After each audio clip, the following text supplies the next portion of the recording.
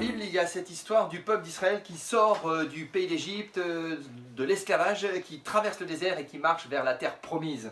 En fait, cette histoire, ce n'est pas qu'une histoire du passé. En hébreu, Égypte, ça veut dire angoisse.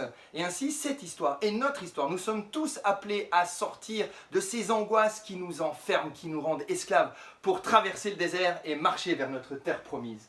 Quelle terre promise ? Eh bien, dans l'évangile, Jésus en parle quand il parle de joie complète. Il dit « Je vous ai parlé ainsi pour que ma joie soit en vous et que votre joie soit complète. » Une joie épanouie, qui dure.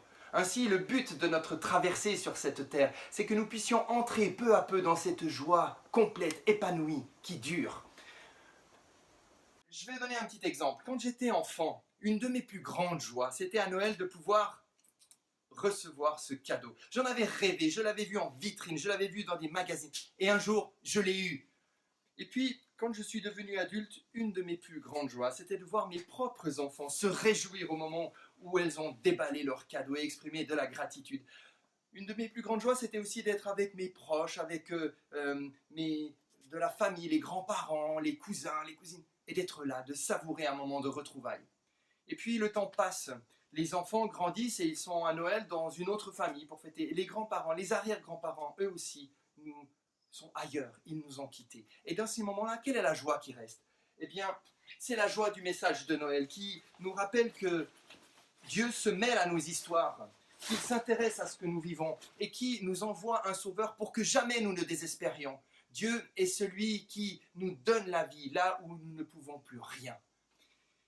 Pour la plupart d'entre nous aujourd'hui, les joies enfantines sont derrière nous. Et en tant qu'adultes, par les deuils que nous avons traversés, par les évolutions que nous avons vécues, les épreuves endurées, nous réalisons aussi que notre joie est appelée à évoluer.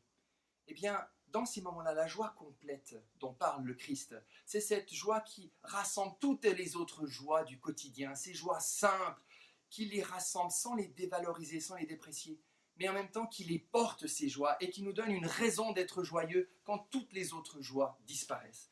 Alors aujourd'hui, continuons la traversée de l'existence. Partons à la découverte de tout ce qui nous attend et savourons la vie, apprécions tout ce qui nous est donné, en cultivant cette joie qui reste alors que tout passe.